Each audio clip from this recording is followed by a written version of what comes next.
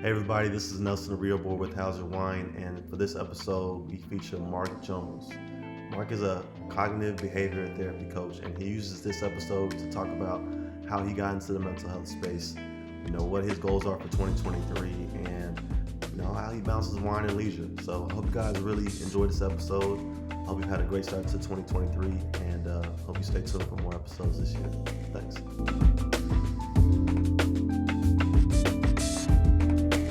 All right, welcome to How's Your Wine. I am here with Marc Jones, and he's got the NASA shirt. He's about to blast off on this episode. So, Marc, go ahead and introduce yourself. Yeah, well, first, I want to thank you, Nelson, for having me on as a guest. As you and I both know, we've been talking about this probably since last spring or summer about me coming on. When I first found out that you did these channels, first that you were in the space of content creation, which I think is really cool, especially in our generation, right?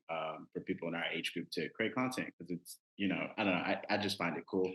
And then also you discuss wine because I love wine. I love a good glass of wine. So I find myself always checking your channel and of course sharing your reels when they fall into my timeline, especially on Wednesdays because we know like Wednesdays are Wednesdays. So I'm like, oh, it's Wine Wednesday, and I'll send you like a snap of what I'm drinking. So I've really gotten into the community that you're building. So I really do like that. It's very mature, especially for our age group, but like it's lighthearted. So much in the world can be heavy.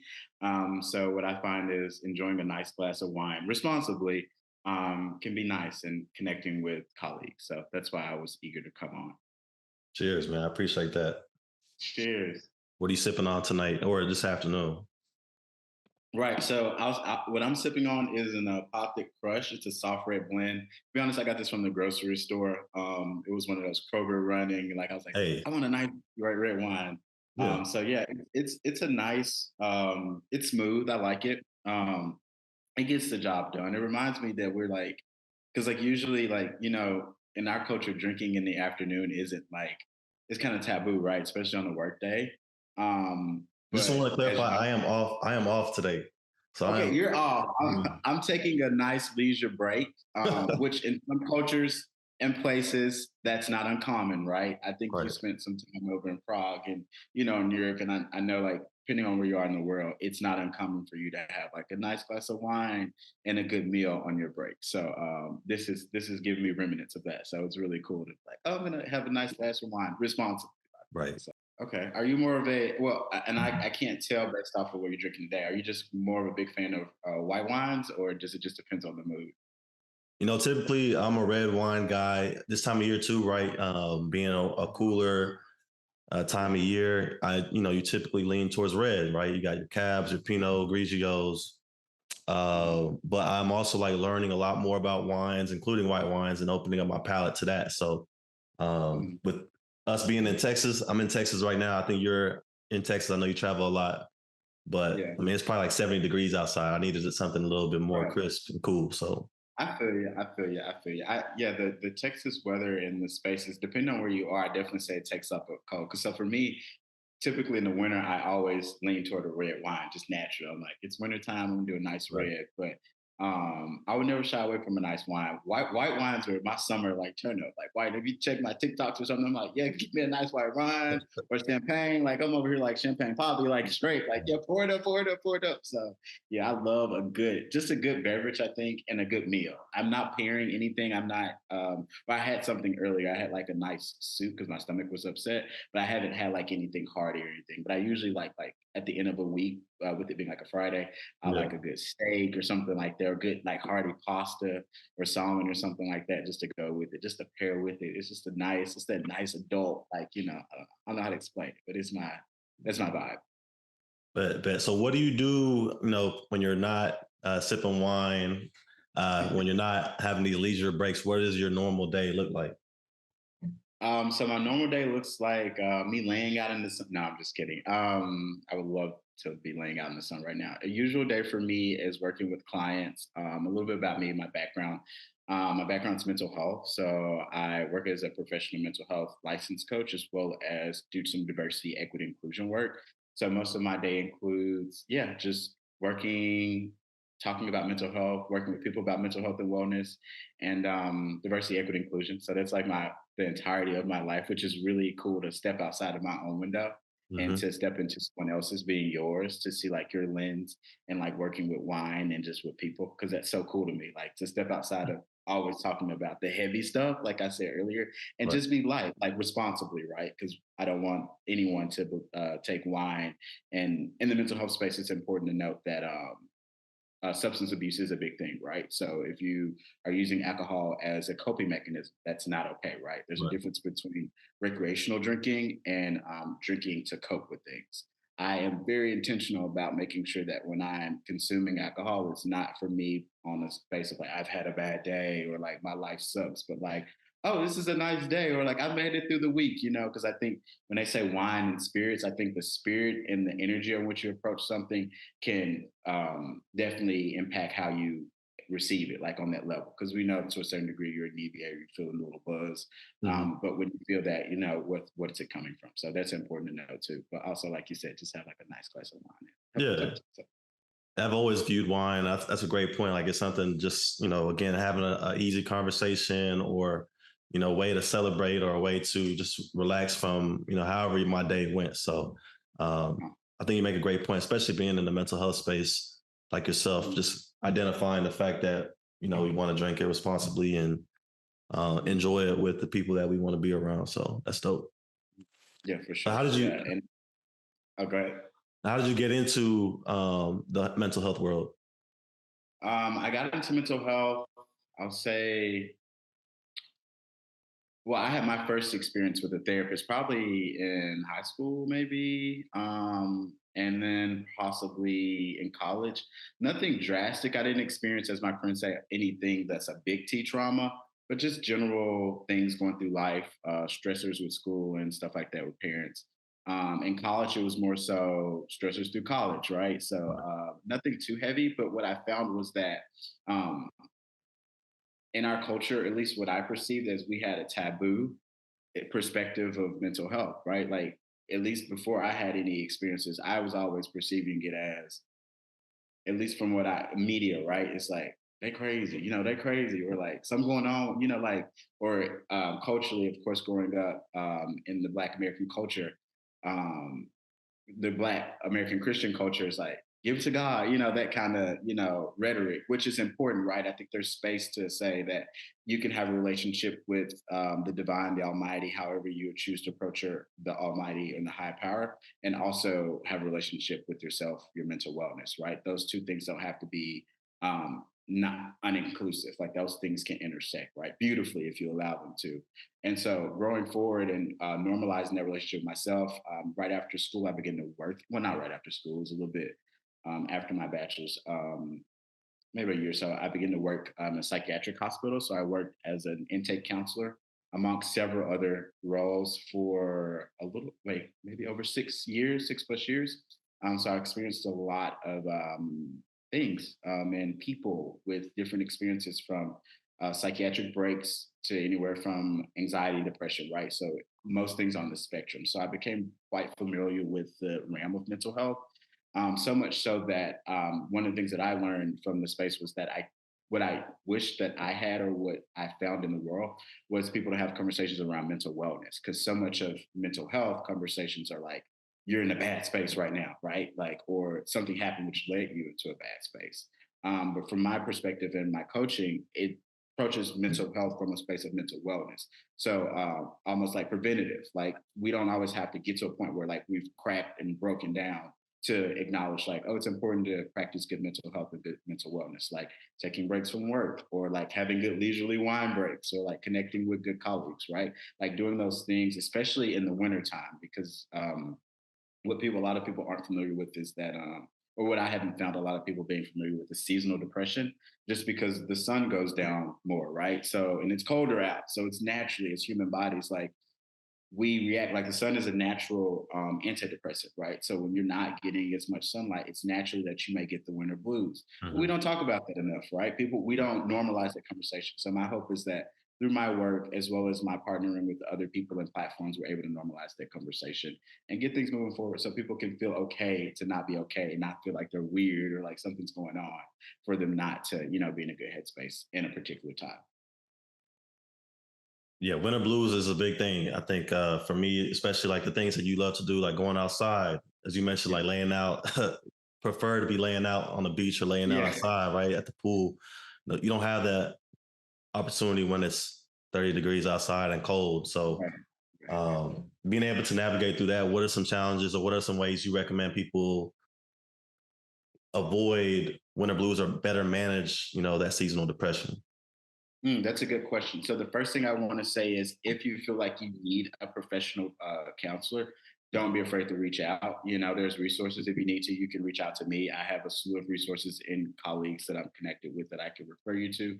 Um, in reference to day-to-day tools, in my coaching, I like to tell my clients like, there's tools in your toolbox, right? So it's not my job to like do it for you, but to show you that we all have tools in our toolbox to equip us to getting through hard situations. So, for example, when there's sunny days, I am quite intentional about getting out and getting sun. And if you follow me on social media, you'll notice it by my story. Like I'm like, got some sun today. Like check, that's checking off my list.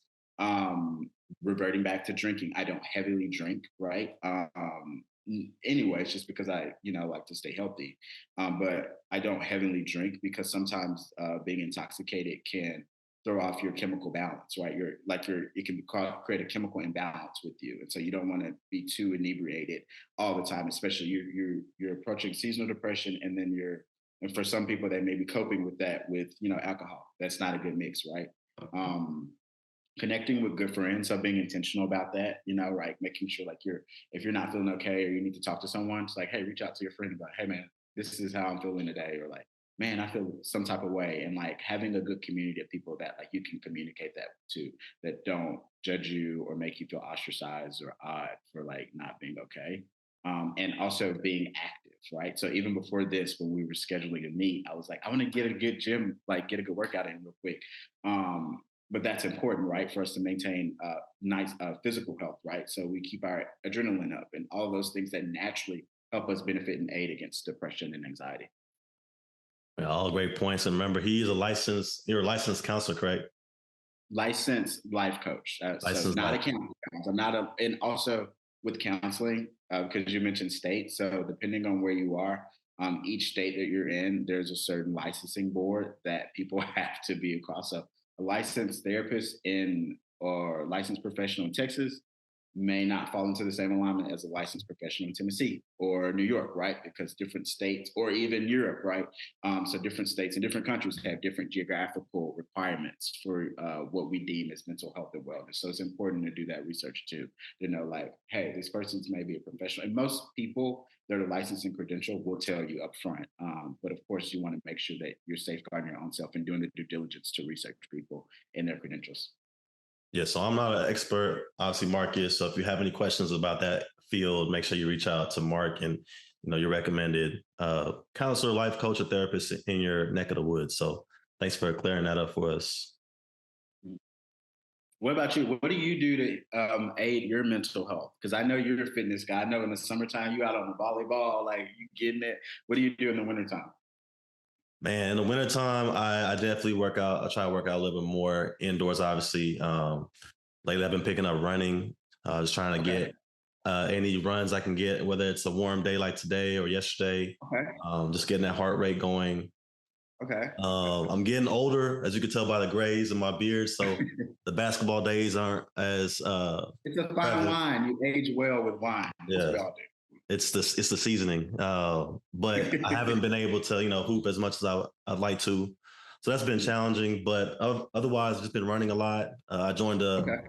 a gym in my area where I'm connecting with other people. So that's been very helpful. Uh-huh. And just honestly, reading a lot. I think that's another thing too, like getting Yeah, into a lot of books. I'm a big reader. I see. So I like I to see. just grab a book, whether it's at the crib or, outside and read. Mhm. Those are the I ways I've like been. you mentioned two things that we both share. So the first one is running. So like just a previous not a previous life, but in a previous time during the pandemic. A colleague of mine, a few of my colleagues actually in the Memphis area, we created a running group, largely because of what we were experiencing like during the quarantine, because we were so isolated. Running is something that you don't have to do with you can do socially distance, right? So we found ourselves meeting up regularly, like before morning, because a lot of us work remotely. We do like a 6 a.m. social distance run and be like, okay, cool, you guys have a good day or good Friday or whatever. So it's interesting that you say that. And that's another good coping skill, of course, working out, but particularly running and then reading. That's a big one for me too, dude. I haven't been, I have to say I'm guilty. I haven't been on my physical books as much. Only one of them that I just got, Unsaid by Dr. Presser. So I'm reading that. Um, but other than that, I've been doing a lot of audiobooks. So I'm guilty of that. But I do enjoy my audiobooks because I'm able to get like a fit workout in, but also like get a walk in or whatever and still, consume some good content, something other than your good content and, everything else that's Yeah. online. Do you feel like you pair your wine with the books that you read? Oh, that's fancy. I didn't even think about that. That's No, not tell me more about that. Tell me more about that. I've never. That's never dawned on me. honestly. I think it's a 2023 thing. I haven't really dived into pairing wine and books. Okay. You know me, I'm more about wine and food, but I feel like there's Okay. people out there for sure that do a great job of pairing wine and books. Okay. Um, but maybe that's something to look into in 2023. Just picking up a good book, figuring out what wine pairs with that book, and telling a story based off what we learned through the wine and Yeah. through what we're Yeah. reading. Hey, that's a good one. I've never. That's never dawned on me. I appreciate that. That's something I'm going to add to my to. Not, I don't even say to do list to my to accomplish list. It's something I want to try. Yeah, it Yeah. could be a good idea. Something that, I'm sure there's a lot of other people again who are in that space. So maybe finding Mhm. that community of winos and people that love books and see how you can collab Okay. with that. Maybe we'll try that at some point. You'll let me know what you've read and what you paired it with, and or I can do the same as well, and then top that off. That's a good idea. I'm I'm sure gonna like try that. I'm sure there's a Yeah. lot of ladies that do that, but maybe on the gentleman side, trying to find. I don't know. I don't know any of my guy friends that pair. I don't know any of my guy friends that pair wine and drink, much less or pair wine and read, but probably don't even read that much. So Yeah, so that's something that we can definitely look at too in 2023 for sure. okay. Now I have a question for you. What are you reading now? What are you currently reading? I'm curious to know. Yeah, a couple things. I just finished reading Young Pueblo.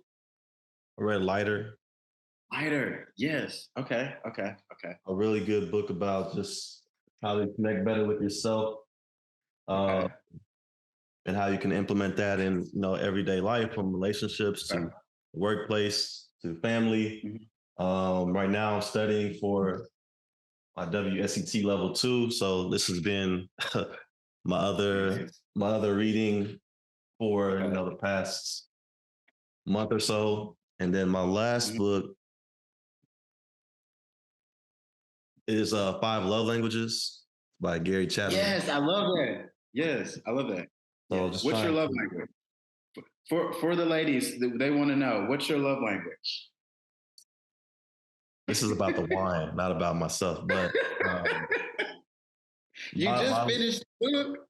yeah, I've known my love language. It's quality time. That's my primary love language. That's Um, fair. that's my main one. I'm not going to give away my secondary. But You say you're gonna say that. yeah, I'm not You're going gonna to say give that that. away. Maybe later That's in fair. maybe later in the season we'll figure that out. That's fair. Yeah. That's fair. That's fair. That's fair. What about yours? What's your love language? My What the primary ladies one know. is words of affirmation. Words of affirmation. Hmm. So Yeah. Yeah. all right. So So, huh? let's pivot from me back to you now. Okay. Like, the people want to know for you, like how difficult was it being young and black to go to therapy that early on in your career, like early on in your life? Because I think a lot of us Um. like kind of wait till things like you said kind of hit the Yeah. fan. Yeah. You know what? It's funny that you say that. I don't think it was really difficult, and actually no. Let me disclaimer. It was difficult first with my parents because my dad was like, "What?" and my mom was like, "Hmm?" but on and on. My mom was like, "Oh, okay," like And now I think like my parents, most women really appreciate. I don't say women, not most women, not generalized. Most emotionally intelligent people appreciate other emotionally intelligent people. And for a lot of us, the way to get there is through mental health. It's not the only way, right? But for a lot of us, it may be through therapy. But it wasn't too difficult, and I think the main reason was because the young lady I was dating at the time actually recommended it to me. She like on our relationship basis. She was just like, "You might need to see a therapist." Like we were just talking about some stuff. So I think that taught me early on, like not to look to my partner to be my everything, right? Because she had the emotional intelligence to see something in me that I didn't at the time.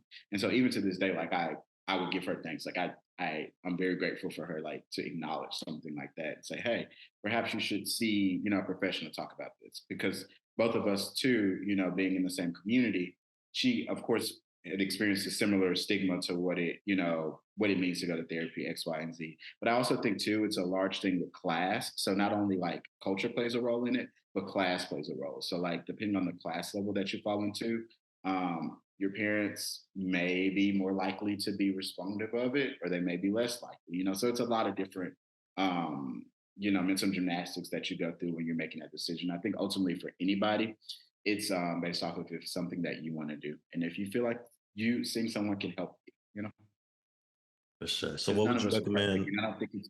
Hmm? Go ahead, finish your thought. Sorry. I was going to say none of us are perfect, and what I've learned most is that the mental wellness journey is just that it's a journey. It's not like a you've arrived. It's like, oh no, like this is the journey that you're on, right? But the first step on the journey is like taking a step. So What are your like goals heading into 2023 or in 2023? that's a good question. And I know, sorry for those people that are like, "Damn, that's so cliche." Like, why are you asking that? No, it's all good. Here's the thing. I stopped giving myself New Year's goals because it was not giving myself New Year's goals, but implementing New Year's goals like right at the turn of the year, right?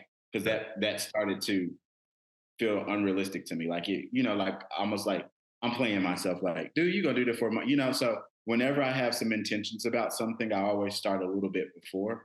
What I have been doing is working out more because I didn't work out as much over the summer. As you know, I spent the most of the summer out of the country, so I wasn't like I was eating good, drinking good. I wasn't really focused on my physical health as much. So as soon as I came back in like September, October, I was like, Mark, okay, we're gonna get like serious about being healthy and being intentional about that. So that's one of my goals, and I've been pretty consistent about it. Um, Creating more content, which I'm also in the process of working with a brand. I don't know. I'm not good with the linguistics of it all, but someone to help me, I guess, archetype or create the brand structure better. I don't know. I don't, they're going to help me do that part of it. So the infrastructure of the branding, I just bring the mental health and diversity equity. I don't know, like all the out to me. And so having someone do that. Um, Now this is something that came to me earlier this week, I think in a dream, like not to be weird, but I have it and I actually have it on my phone. So I'm making a note to like pray intentionally about partnerships, whether it be relationship or otherwise, and my business plans for 2023. So like that's something I'm maneuvering into. Like I'm a big fan of like prayer and prayer and manifestation, however we want to call it. But I'm really big on that. So that's where I am right now, just like being intentional about what those prayers are, and so that I can actually manifest those in my physical realm, not just something that is in my head that I'm thinking about. So that's kind of where I'm at. Nothing big, nothing like I want to lose or do this. Like I live a very blessed life. I'm thankful to be able to, maneuver the way I maneuver. And, so I don't really have any like like anything like I want a big something something. It's just like to be more at home in myself constantly just to grow, which I think all of us can relate to, right? Like we can have all the nice things in the world, but if you're not happy with yourself, then what's the cost of those things? So to be, at home myself and continue to grow. I think too, out the ball. What about you? Heading again into a new year, for your goals, for you know your passions. what is something that you already know is going to be a challenge? Oh, the challenge. What's the challenge? Uh, I always suffer from having boundaries with family members. Like I have really good, healthy boundaries, but I'm always a sucker for family because it's like you love your family, right? So that's the challenge: maintaining my healthy boundaries by maintaining my goals, but not being like, oh, because we're family, I should be doing this, right? So I think that'll be a big challenge, or not a big challenge for me, but it will raise its head as a challenge.